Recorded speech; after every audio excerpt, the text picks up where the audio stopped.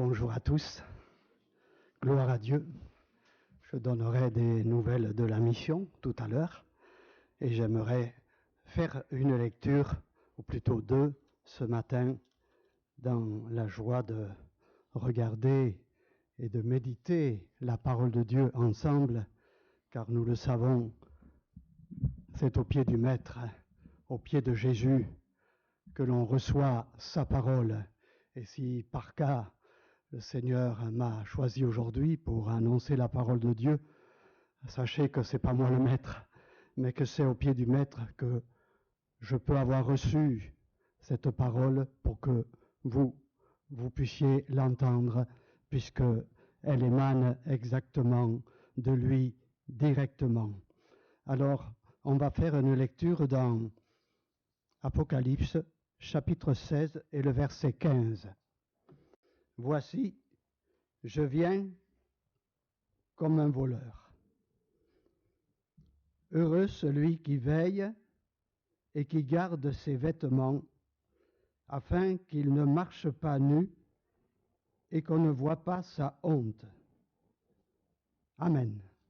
Première lecture est dans Luc chapitre 21 et le verset 34. Voilà ce qu'il est écrit. Prenez garde à vous-même, de crainte que vos cœurs ne s'apesantissent par les excès du manger et du boire, et par les soucis de la vie, et que ce jour ne vienne sur vous à l'improviste, car il viendra comme un filet sur tous ceux qui habitent sur la face de toute la terre. Veillez donc et priez en tout temps, afin que vous ayez la force d'échapper à toutes ces choses qui arriveront et de paraître debout devant le Fils de l'homme. Et enfin, Marc chapitre 14 et le verset 37. Il vint vers les disciples qu'il trouva endormis, et il dit à Pierre, « Simon, tu dors? Tu n'as pu veiller 1 heure? Veillez et priez, afin que vous ne tombiez pas en tentation. » Amen. Alléluia. Heureux celui qui veille. Et j'aimerais parler ce matin de veiller et de prier, chacun d'entre nous. Nous devons veiller et prier afin de ne pas tomber en tentation. C'est tellement important d'avoir les yeux ouverts et de reconnaître ce qui se passe tout autour de nous, mais aussi en nous. Et la parole de Dieu est très claire. Jésus lui-même l'a dit, veillez, c'est-à-dire porter une attention soutenue à ce qui se passe chez vous, à ce qui se passe autour de vous, et priez afin, bien sûr, de ne pas tomber, de ne pas se laisser influencer, de ne pas être entraîné par le mal, par la frénésie de ce monde qui nous enserre et qui veut nous faire aller dans le mal. Mais je veux vous dire ceci, avant de veiller et prier, il faut déjà avoir accepté le Seigneur Jésus. Parce que quand on a accepté le Seigneur Jésus, après, ça ne suffit pas. Il faut veiller et prier. Mais qui, peut-être, n'a pas fait une rencontre avec Jésus? Alors, je voudrais aujourd'hui que vous soyez éveillés à entendre que si tu ne nais pas de nouveau, si tu ne viens pas à Jésus pour lui dire « Sauve-moi, pardonne mes péchés », s'il n'y a pas cette démarche, on ne peut plus personnelle, où tu viens à Jésus et lui demandes de te sauver, s'il n'y a pas eu cela, tu ne peux pas être sauvé. Alors aujourd'hui, c'est un temps de grâce que nous avons tous, mais je m'adresse à ceux qui encore ont attendu, peut-être ont écouté maintes fois la parole de Dieu et ne se sont pas décidés. Je veux vous dire, Jésus vous appelle à vous repentir, à changer de vie, à changer d'orientation, à changer de manière de penser en lui disant, Seigneur, sauve-moi. Et à partir de ce moment-là, lui va vous sauver parfaitement. Alors vous n'aurez plus à chercher d'un côté de l'autre en se disant, qui peut m'apporter quelque chose, qui peut me donner une solution à mon problème. Jésus est la solution. Jésus est le sauveur. Jésus, comme nous l'avons entendu pendant les chants, avec lui, on peut tout. Tout est possible à lui. Alors aujourd'hui, viens à Jésus. Ainsi, voyez, quand on vient à Jésus, c'est extraordinaire. Tout d'un coup, on sent que tout est changé. Et notre mentalité, notre esprit, et on voit clair parce que c'est la parole de Dieu. On en est convaincu que c'est la parole de Dieu qui nous l'a présenté à Jésus comme étant le Sauveur. Et donc, on a cru. Et à partir du moment où on a cru, eh bien, on s'est engagé dans les eaux du baptême. Et ensuite, eh bien, on a dit, maintenant, on est arrivé. Non, c'est là que je voudrais vous dire le centre du message d'aujourd'hui. Veillez, veillez et priez. Car, vous savez, dans la vie, on peut à un moment donné avoir un cœur qui s'alourdit par les excès de manger, de boire, ça peut être, mauvaise digestion, on est toujours là, à moitié somnolent, et puis les soucis de la vie, tellement de choses qui nous prennent la tête, qui nous accaparent, qui prennent notre temps, et puis le Seigneur dit que c'est à ce moment-là qu'il faut donc prier en tout temps afin que nous ayons la force d'échapper à toutes ces choses qui risquent et qui arriveront. Alors, aujourd'hui, je ne sais pas comment est votre cœur, mais ce que je peux dire, c'est veiller à ce qu'il y a dans votre cœur. Et il est dit dans le Proverbe 4, verset 23, « Veille sur ton cœur plus que toute autre chose, que sur toute autre chose, car de lui viennent les sources de la vie. » Et il est dit d'une autre version plus moderne qui dit, « Surveille ton cœur sur ce que tu penses à l'intérieur de toi-même, car ta vie en dépend. » Et c'est vrai que nous devons veiller. Qu'est-ce que je pense? Comment est mon cœur? Qu'est-ce que j'ai dans mes pensées? Et le Seigneur dit justement, prie, parce que veiller et prier, ça on ne peut pas le dissocier. Je veille et je prie, de manière à ce que mon cœur ne soit pas entravé devant la communion que je dois avoir avec le Seigneur. Veillez donc et priez. Et puis, la parole de Dieu le dit que, 1 Pierre 5, verset 8, que votre adversaire, le diable, rôde comme un lion rugissant, cherchant qui il dévorera. Et la parole de Dieu dit encore, résistez-lui avec une foi ferme. Et dans l'épître de Jacques, il est dit, et il fuira loin de vous, c'est-à-dire loin de vous.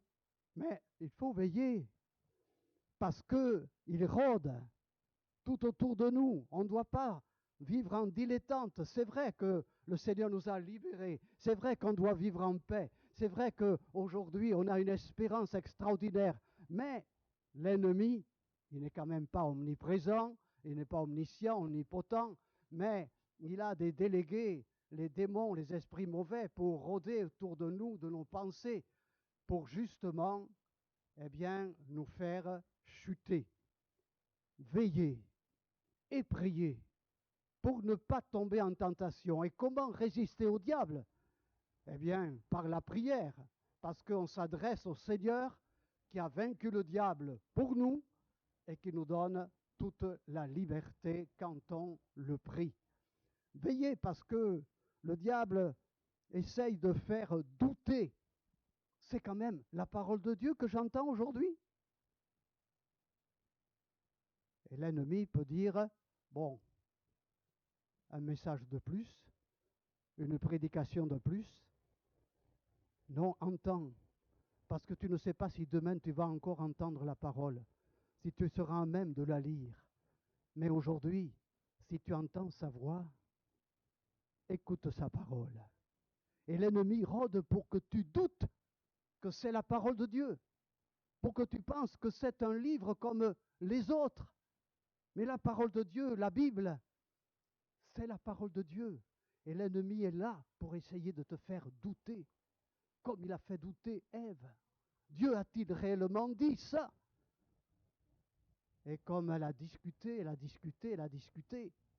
eh bien, l'ennemi a gagné, il a fait douter. Et après, elle a péché. Et vous savez, l'ennemi rôde. Veillez, veillez. Est-ce que j'ai la foi que c'est la parole de Dieu? Est-ce que j'ai foi en toi, Seigneur?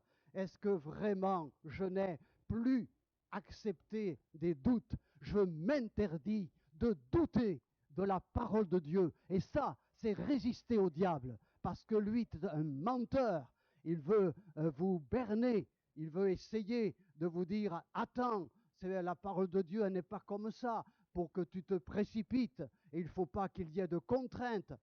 Non, le diable essaye de faire et de dire cela. Veillez, résistez-lui. Et aujourd'hui, croyez vraiment la parole de Dieu et interdisez-vous de douter de la parole de Dieu.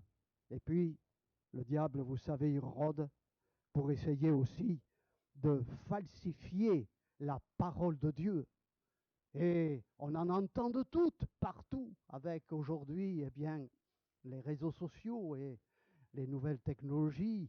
Et il y a des prédicateurs, il faut le dire, qui prêchent l'émotion, qui prêchent le fantastique, mais qui des fois ne prêchent pas la parole de Dieu. Mais aujourd'hui, on va dire, c'est comme ça aujourd'hui, mais non, la parole de Dieu montre qu'il y avait des époques, dans Colossiens 2,8, il est dit que de veiller à ce qu'on ne soit pas la proie des fausses doctrines, c'est-à-dire des philosophies, d'autres doctrines, et combien le diable voudrait que, eh bien, on dévie. Ça ne soit plus la parole de Dieu, mais ça soit plutôt l'expérience, ça soit l'émotion. Non, la parole de Dieu, parfois, elle nous rend, comment dire, on attend la parole de Dieu, on dit, tiens, mais elle est sévère. Mais tout ce que le Seigneur dit dans sa parole, c'est pour notre bien, c'est pour notre avenir, c'est pour le succès de sa gloire. Et écoutez la parole de Dieu, faites attention, veillez, veillez. Il y en a qui parfois font un amalgame avec la culture religieuse qu'ils avaient autrefois et la parole de Dieu. Mais non, il ne faut pas faire d'amalgame, il ne faut rien mélanger. La parole de Dieu seule, nous devons la croire, nous devons la vivre. Et puis l'ennemi essaye justement de nous détourner de la parole de Dieu et puis de faire aussi chuter. Il rôde, mais veillez, parce qu'il veut que nous ayons des mauvaises pensées. Et quand on pense mal, eh bien on peut après agir en acte et tomber dans le péché. Ça, l'ennemi, c'est un tentateur, ne l'oubliez pas. Il veut séduire, il veut essayer, même se déguiser en ange de lumière pour séduire les gens. Soyez réveillés. La parole de Dieu le dit, veillez et priez en tout temps pour échapper. Mais le Seigneur nous donne la victoire pour lui résister. Et vous savez, il rôde aussi pour être découragé. Pour décourager, ça c'est son arme, une de ses principales armes au diable pour que nous soyons découragés. Et peut-être que vous êtes découragés aujourd'hui, mais la parole de Dieu dit que le Seigneur nous donne une espérance. Ne promène pas des regards inquiets, je suis ton Dieu, je viens à ton secours, je te soutiens de ma droite triomphante. Nous ne devons pas rester découragés, mais veillons. S'il y a le découragement dans notre cœur, venons au Seigneur, parce que lui, il a le pouvoir de nous redonner du courage. Prends courage et fortifie-toi. L'Esprit de Dieu montrait à Josué prends courage et fortifie-toi. Ne vous découragez pas. C'est l'ennemi qui veut que vous soyez découragés, certains même au point d'abandonner la foi. Mais non, le Seigneur dit, résistez, veillez. Votre adversaire, le diable, rôde comme un lion rugissant, cherchant qui il dévorera, mais résistez-lui avec une foi ferme, c'est-à-dire veillez et priez. Et puis, il y a aussi, le diable rôde tout autour de nous pour nous faire tomber, vous savez dans quoi? Alors ça, c'est son dada, c'est son premier péché, l'orgueil. Eh oui, l'orgueil. Et parfois, on peut être prétentieux. On peut se dire, moi, je n'ai pas besoin de ci, de là, je n'ai pas besoin de tel conseil. Des fois, on pense qu'on est quelqu'un. Mais il est dit pourtant que celui qui croit être debout prenne garde, c'est-à-dire veiller, de ne pas tomber. Et on peut parfois tomber dans l'idée d'être un arriviste, où on pense, nous, moi, je ne ferai jamais ça, je ne penserai jamais ça. Attention, veillez et priez, parce que le Seigneur le dit, et le diable, il voudrait que l'on soit prétentieux, qu'on soit dans l'illusion que nous, quand même, eh bien, on arrivera jusqu'au bout. Oui, bien sûr, par la foi en Jésus, mais l'absence d'orgueil. Avouons parfois que nous avons été orgueilleux, mais que le Seigneur pardonne l'orgueil et qu'il faut rester dans l'humilité. Et là, le diable, il ne peut pas toucher quelqu'un qui reste humble en se disant, Seigneur, c'est ta grâce. C'est ta grâce si je suis arrivé à ceci, si je fais cela pour la gloire de ton nom. C'est ta grâce, Seigneur, sans quoi jamais je n'aurais pu. Et ainsi, le diable prend un grand coup et il s'en va très loin de chacun de nous au nom de Jésus. Amen. Puis vous savez, je ne vais pas rester sur cette histoire de ce diable qui rôde tout autour de nous. J'en ai assez dit, il y a bien des choses qu'il peut essayer de faire pour nous faire tomber, mais veillez et priez. Et ça, c'est ainsi que tu ne tomberas pas en tentation. Vous avez aussi les armes, Éphésiens chapitre 6, verset 10, où il est dit de prendre toutes les armes, mais c'est ça, quand on prend toutes les armes, il est dit qu'on peut arriver en priant, en veillant, en priant, faisant toutes sortes de prières, de supplications, et d'y veiller avec persévérance, eh bien, le diable ne peut pas nous toucher, puisque le Seigneur dit que celui qui est né de Dieu se garde lui-même, et le malin ne le touche pas. Nous sommes, pour ainsi dire, de ceux qui sommes des soldats munis des armes. On ne part pas au combat, à la guerre, avec la fleur au fusil, mais nous avons ces armes qui nous permettent de le repousser. Veillez et priez en tout temps et faites les prières et vous ne tomberez pas en tentation. Le diable devra s'éloigner beaucoup de chacun de nous. Veillez, il est dit dans la parole de Dieu, dans le psaume 39 et le verset 1er, où il est dit, je lis, « Je veillerai sur mes voies, de peur de pécher par ma langue. Je mettrai un frein à ma bouche tant que le méchant sera devant moi. Je veillerai sur mes voies, de peur de pécher par ma langue. » Et voilà, la parole de Dieu le dit, de veiller sur sa langue. Ah, il est écrit dans Jacques que celui qui ne bronche pas en parole, c'est un homme parfait. Vous voulez être parfait? Moi, j'aimerais aussi. Mais attention, si on veille sur notre langue, on peut arriver à glorifier le Seigneur en se disant, je veille à ce que je vais dire. Et parfois, on peut, avec des paroles, déclarer la guerre à quelqu'un, des conflits et tout. Mais il est dit de veiller sur sa langue. Veiller, mais aussi prier. Parce que la langue, personne ne peut la maîtriser. Il est écrit dans Jacques. Mais qui peut la maîtriser? Mais le Seigneur. Et quand on prie, veille et prie, tu ne tomberas pas dans la tentation. Celui qui parle beaucoup ne manque pas de péché. Et dans beaucoup de paroles, il y a beaucoup de choses mauvaises quand on parle beaucoup. Mais si quelqu'un ne bronche pas en parole, c'est un homme parfait. Voilà pourquoi nous devons veiller. La langue, mais la langue aussi, nous devons la garder, puisque c'est de l'abondance du cœur que la bouche parle. Et ce qu'il y a dans le cœur, parfois, fait parler la bouche, la langue, que notre cœur. Nous puissions veiller encore sur notre cœur devant Jésus, devant la parole de Dieu, en priant pour que quand il émanera de notre bouche des paroles, eh bien, ça soit à cause d'un cœur pur, d'un cœur habité par Jésus. Alléluia. Et nous devons aussi veiller sur nos yeux. Ah, on est au siècle de l'image. On voit tout. On a des photos instantanées du bout du monde qui nous arrivent. Maintenant, on ne croit que l'image, on ne voit que l'image. Mais enfin, en plus, on nous montre que les images sont troquées, sont fausses des fois. Des montages sont faux. Mais vous savez, il faut veiller sur nos yeux. Parce que la parole de Dieu le montre.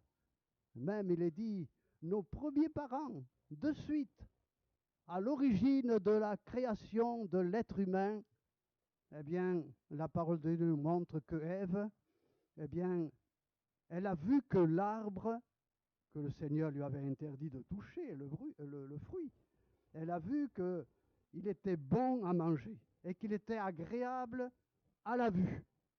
Genèse chapitre 3, verset 6.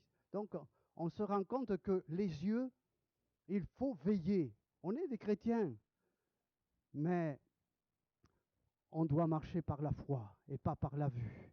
La foi, Seigneur, je ne te vois pas. Je n'ai pas besoin d'une image, d'une représentation. Je n'ai pas besoin de voir Jésus comme l'ont dépeint les peintres ou aujourd'hui les ont imaginés avec les photos. Mais, Seigneur, moi je te vois par la foi. Je te crois, je te sais présent. Mais gardons nos yeux.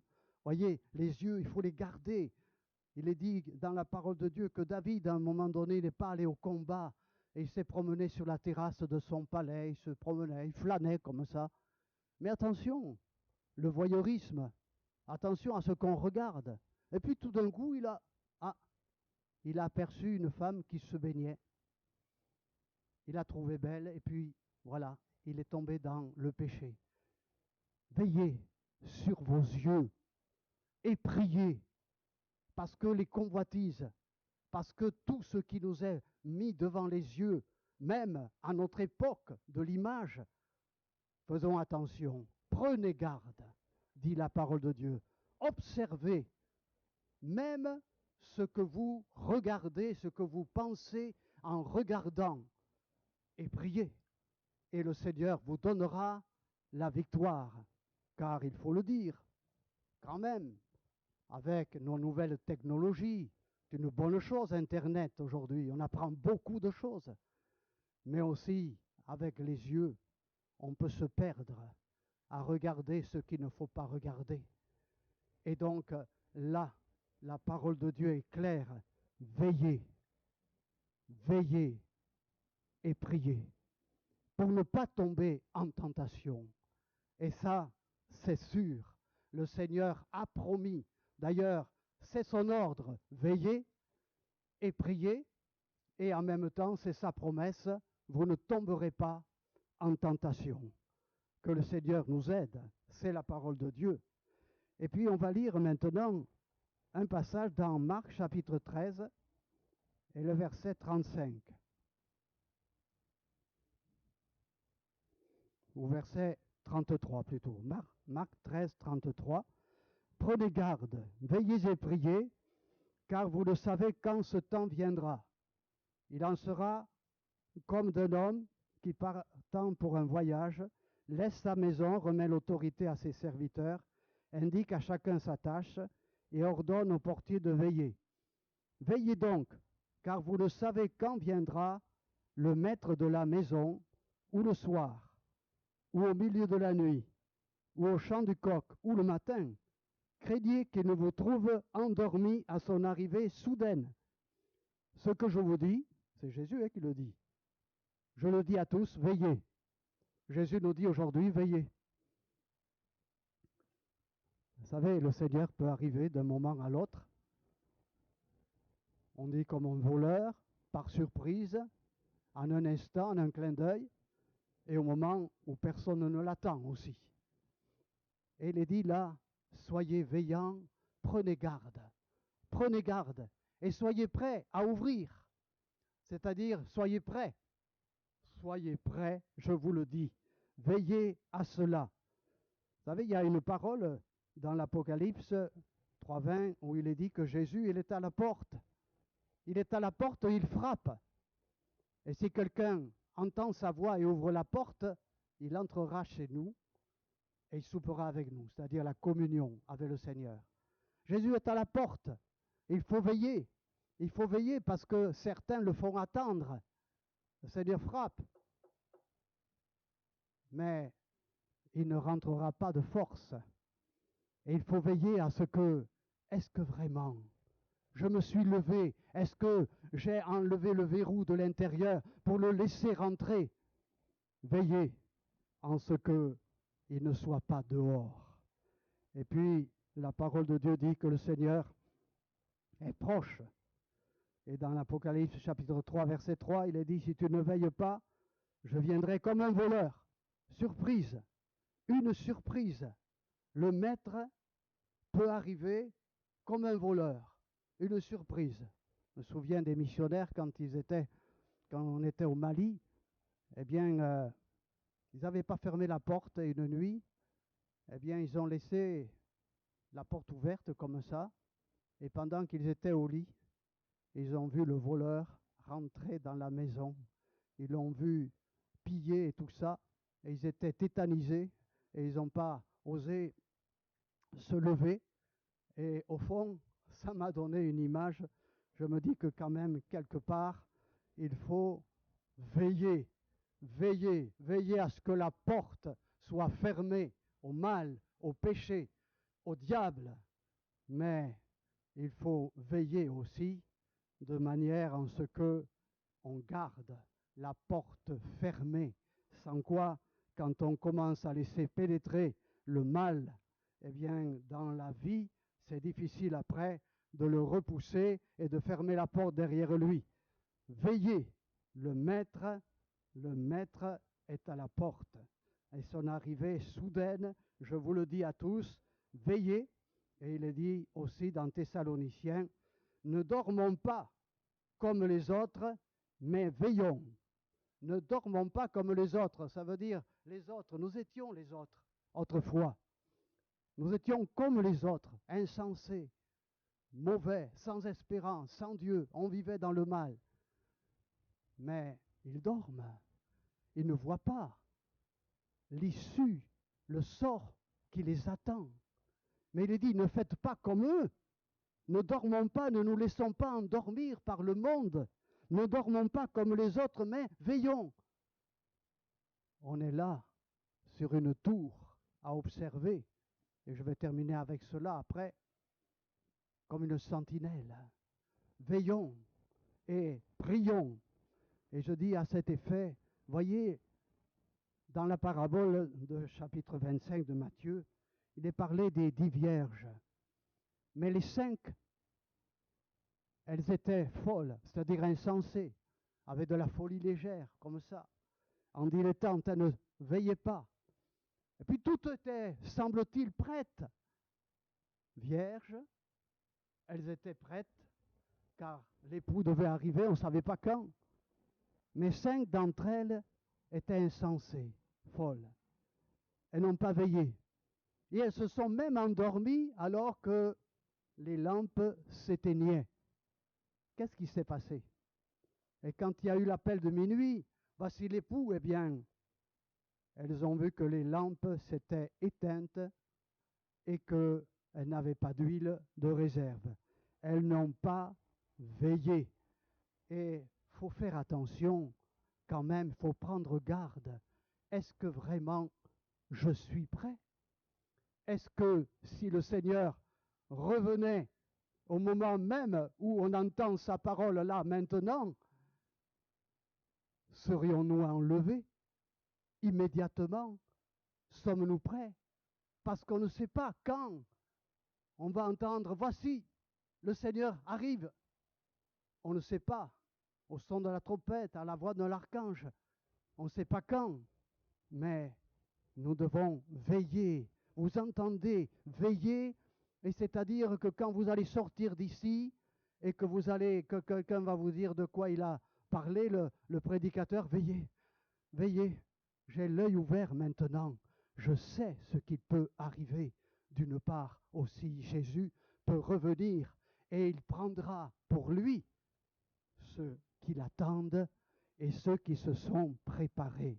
Ces vierges folles, oh, ça me fait tout drôle de ce qu'on ne peut pas prendre une parabole toujours au pied de la lettre, mais j'ai vu quand même quelque chose dans la parabole, je vous le dis, c'est entre parenthèses. C'est que les vierges sages, qui étaient prêtes, et qui sont parties, malgré tout, il y a un petit quelque chose que je pourrais leur reprocher, je pourrais m'en servir pour moi aujourd'hui. C'est que les vierges sages, elles aussi se sont endormies. Tranquille, moi, ce n'est pas un problème, je suis prêt. Moi, je ne m'occupe plus de personne, je suis prêt. Et voyez-vous, je me dis que si ces vierges sages étaient restées réveillées, elles auraient pu quand même dire aux folles, réveillez-vous, vos lampes s'éteignent. Et elles auraient pris le temps d'aller chez le marchand pour acheter l'huile et être prêtes. Mon frère, ma sœur, qui est prêt, dont tu dis pour moi, il n'y a pas de problème, mon cœur est pur, je suis prêt à partir avec le Seigneur. Regarde aussi, tout autour de toi, certains qui ne sont pas prêts, des frères et des sœurs qui ont quitté l'Église, mais ils ont quitté aussi le Seigneur. Et la parole de Dieu nous donne ce signal. Elle nous dit, Hébreux 12, verset 5, « Veillez à ce que nul ne se prive de la grâce de Dieu. » Notre rôle, si nous sommes réveillés, notre rôle, si nous sommes des chrétiens affermis, ce n'est pas de penser seulement qu'à nous, mais tout autour de nous.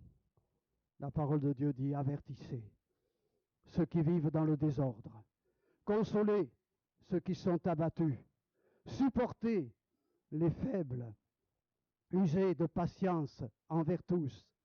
Si tu vois ton frère commettre un péché, reprends-le, ramène-le. Celui qui ramènera un frère qui est dans le péché, il sauvera une âme de la mort et couvrira une multitude de péchés.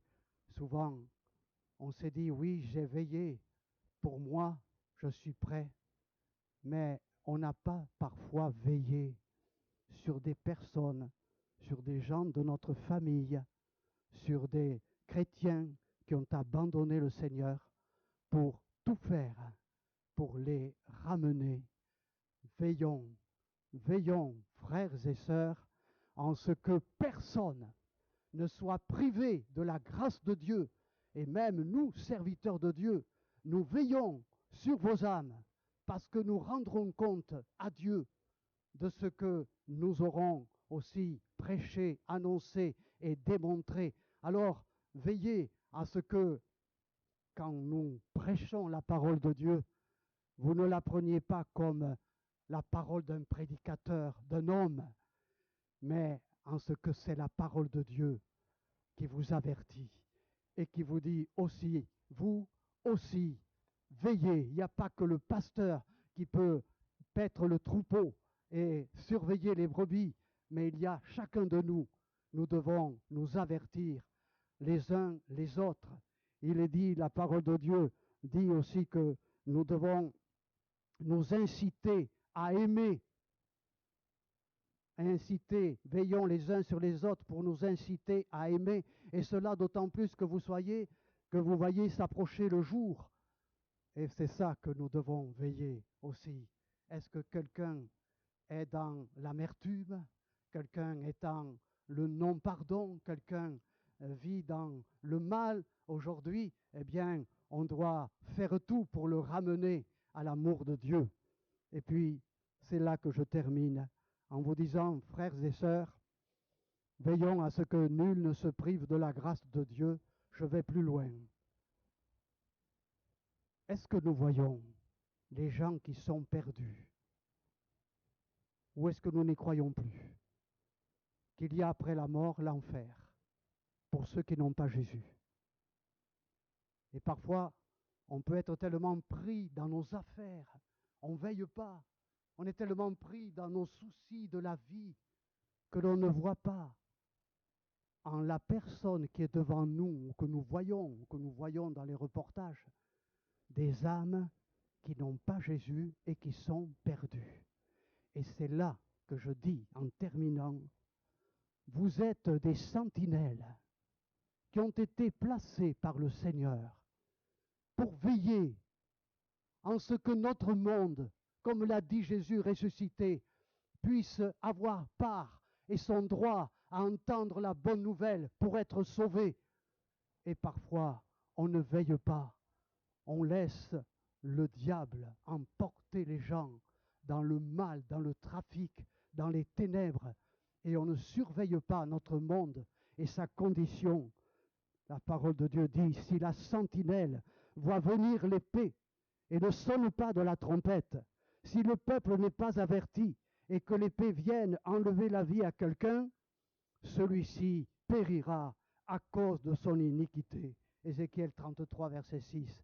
Sentinelle, tu surveilles, tu vois venir l'épée, tu vois la tragédie vers laquelle se précipite quelqu'un qui n'a pas Jésus. Toutes ces âmes qui sont en danger, qui n'ont pas Jésus, on les voit. Nous devons veiller sur eux. Veiller comment? Je termine par la prière. Le Seigneur l'a dit, je vous demande, avant toute chose, à faire des prières pour tous les hommes.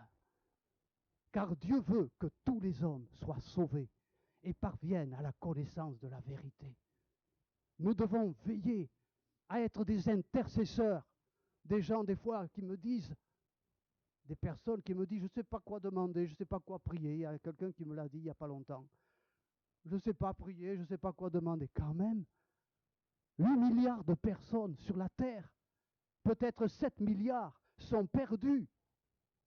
On a de l'intercession. Prions, parce que la plaidoirie devant Dieu, où on demande que le Seigneur sauve les âmes, eh bien, le Seigneur entend et nos prières peuvent prévaloir de manière à ce que le Seigneur les sauve jusqu'aux confins des déserts, partout dans le monde. Nous sommes des sentinelles que le Seigneur a dit, si tu ne le dis pas, si tu n'annonces pas la bonne nouvelle, si tu ne témoignes pas de l'amour de Christ, les gens périront. Mais c'est vrai, dans l'Ancien Testament, il est dit aussi, je te redemanderai son sang. Ça veut dire que quand même, nous devons veiller à évangéliser, veiller à prier pour que les âmes soient sauvées. Je termine. Veillez et priez pour ne pas tomber en tentation.